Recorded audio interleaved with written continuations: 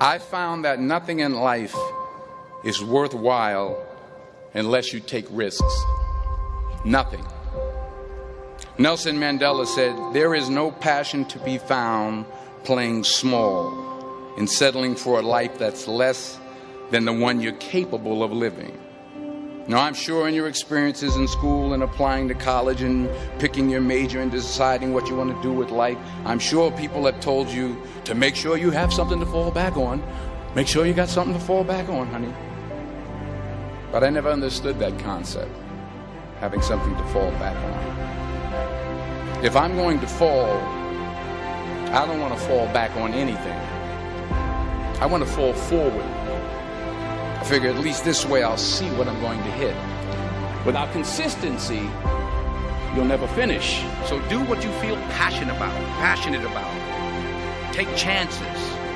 Don't be afraid to fail. There's an old IQ test was 9 dots, and you had to draw 5 lines with a pencil within these 9 dots without lifting the pencil. The only way to do it was to go outside the box. So don't be afraid to go outside the box.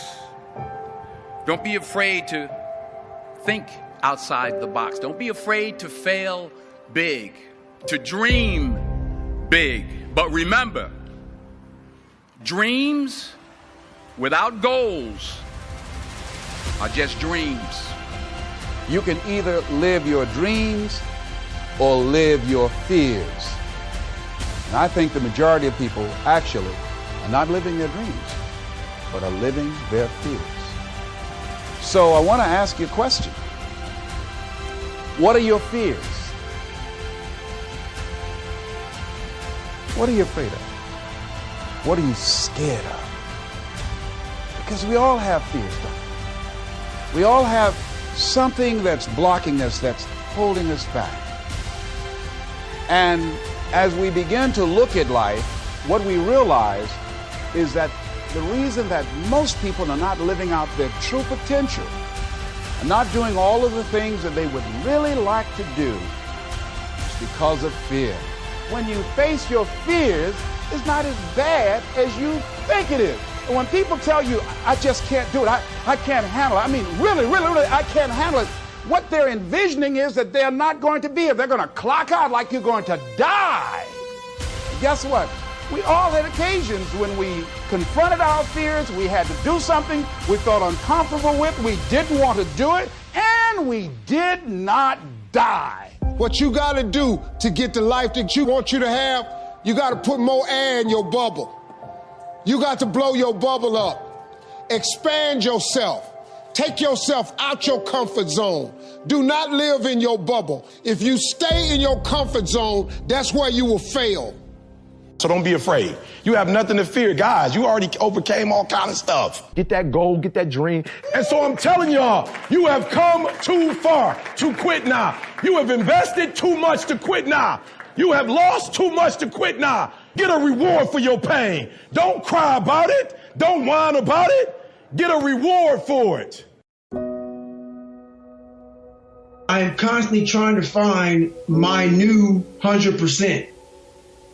Even though life gets at you, age gets at you, sickness may get at you. I have friends of mine who lost legs, who lost arms, who lost all kinds of stuff.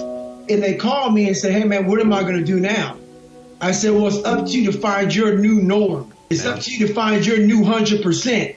No, you cannot do some of the things you used to do. But what can you do today? What can you do now with what you have? And you must find your new norm. As you all know, your mom has a cookie jar, and sometimes you might have an Oreo, sometimes you might have a Chips Ahoy, sometimes you might have an oatmeal raisin cookie. You never know. It's just in there. My cookie jar has every single failure and success of my life, something I overcame. So what happens in time of life when you're stressed out and things get bad, even the hardest guy in the world, me, everybody thinks, and I think I'm the hardest guy in the world. You got to believe that. You got to believe you are something. I will, in my mind, reach into my cookie jar, and sometimes you forget how hard you are in times of need. Because you're stressed, but you forget. Navy SEAL, I'm a Ranger, I'm this and that, but you forget all that because your life sucks. I calm down, take that 1 second, get control of my life, reach in the cookie jar.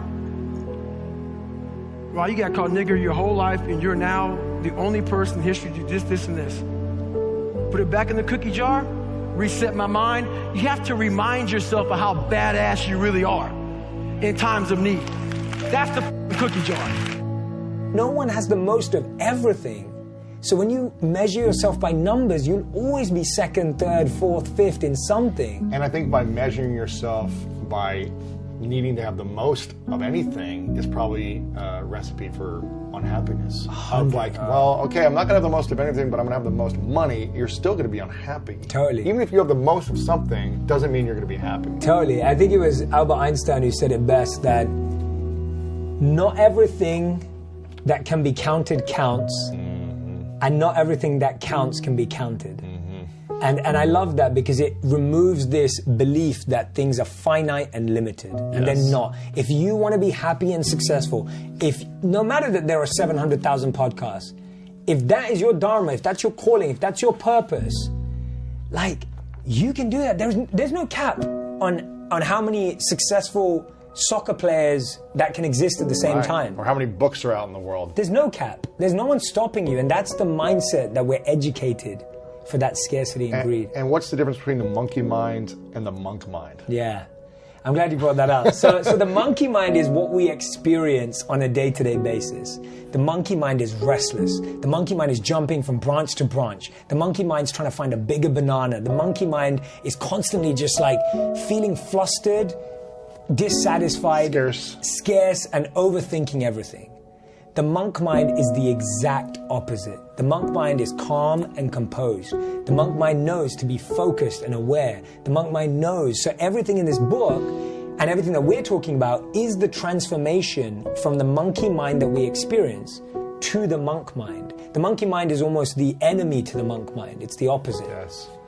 And how does someone who is living in a sense of scarcity, because there are people living in scarcity where they're unable to pay their bills, they're unable to provide food for their kids, they're single moms, they're stressed. They're stressed, they're overwhelmed. It's hard to get into a sense of abundance when you're in scarcity and stress. So how does someone find purpose in chaos when they can't even get out of the thinking because they're just trying to survive? Yeah. So, beautiful question. My biggest answer is, first of all, I empathize with anyone who's been in that situation, I can't ever say I've been in that situation in the same way, but I've experienced similar things. You've feeling in your life. Yeah, in my own way. And I've seen my mum go through stuff like that. I know that my mum worked really hard to raise me and my sister while working, you know, while running around. And I've seen my mum be that incredible powerhouse of a person. And the main thing I would say is, what you can do right now is find meaning in what you do. Make what you do meaningful, passionate, and purposeful. You don't need to suddenly look to become an entrepreneur or start a side hustle or find some more time. Find meaning. And the way you find meaning, as you genuinely stop, press pause for a second, and go, what am I living for? Like, what am I living for right now? And if you're living for your child, and if you're living to provide and put food on the table, that is a beautiful thing that we should celebrate more. And sometimes it takes us a moment to stop and celebrate that. And so I would say find meaning, because you can't always find happiness, you can't always find positivity, but you can always find meaning in that position. So I'll give an example. Like, I lost someone really important to me, a mentor, a few days back. I can't be positive about that. You can't be happy about that. Yeah, it's hurtful. You feel sad, you feel lost, but guess what? I can find meaning in it. Because I can make a list of every lesson he taught me and make a plan to try and live every one of those lessons. Wow, that's beautiful. And so if you're in a really tough situation right now, don't look for positivity. Don't look for happiness. Look for meaning. That's a good one. Not trying to get yourself out of pain too quickly, or discomfort or frustration. Which I've been in the guilt of being like, oh, just be positive, or whatever to people. But I think it's like, have your experience, live your experience, and find meaning as quickly as possible, and create a commitment to how you want to use that meaning moving forward. I may not be great tomorrow, maybe not next week, next month, but I'm going to use this meaning to serve other people, to continue to do what I love, continue to be great to my friends, my family, in the best way possible.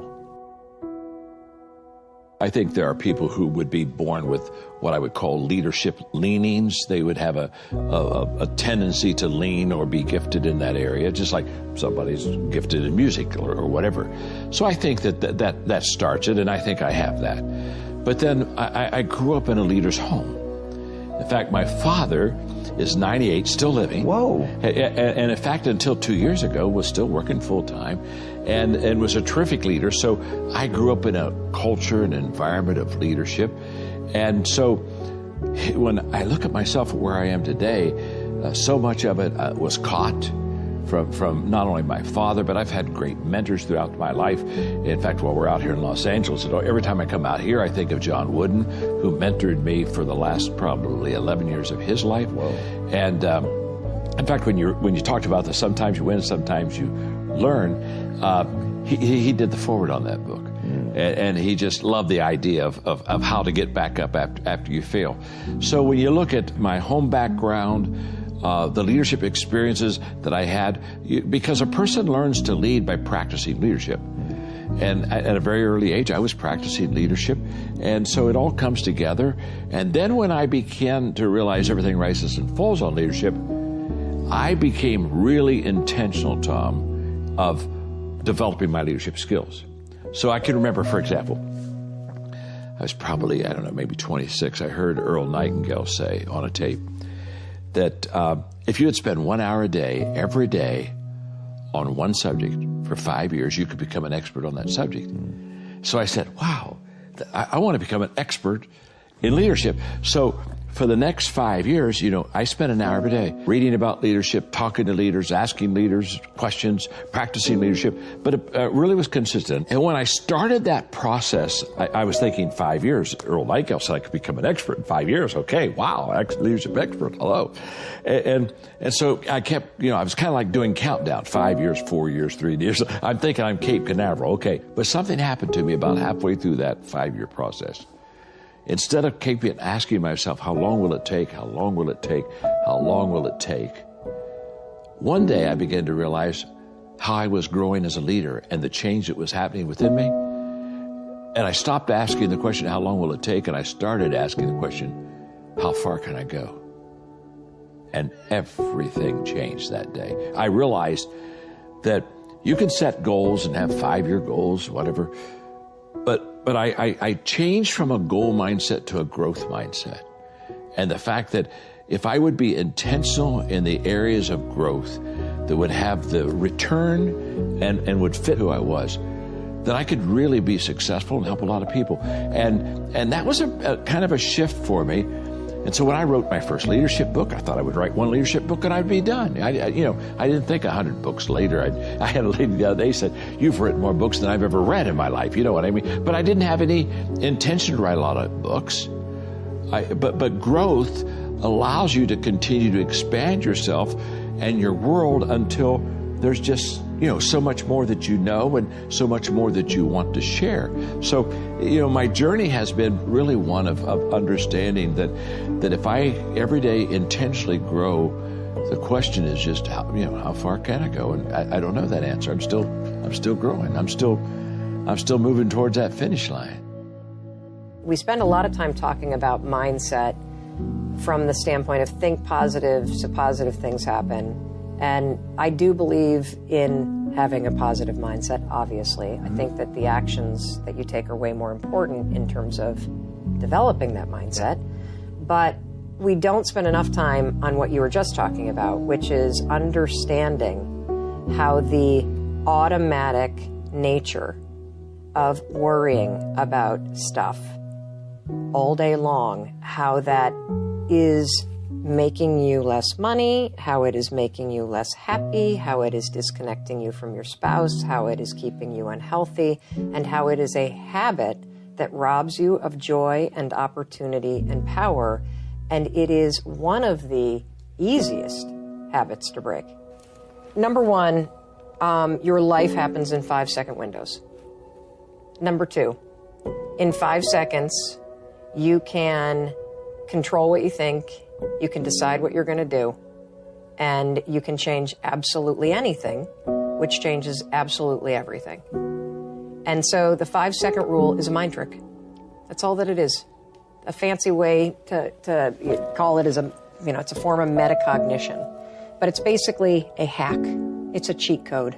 Okay. And the way that it works, and this is the challenge with getting it out there, is that it sounds so profoundly stupid, like a gimmick, that it took a while for people to actually take it seriously. I get that.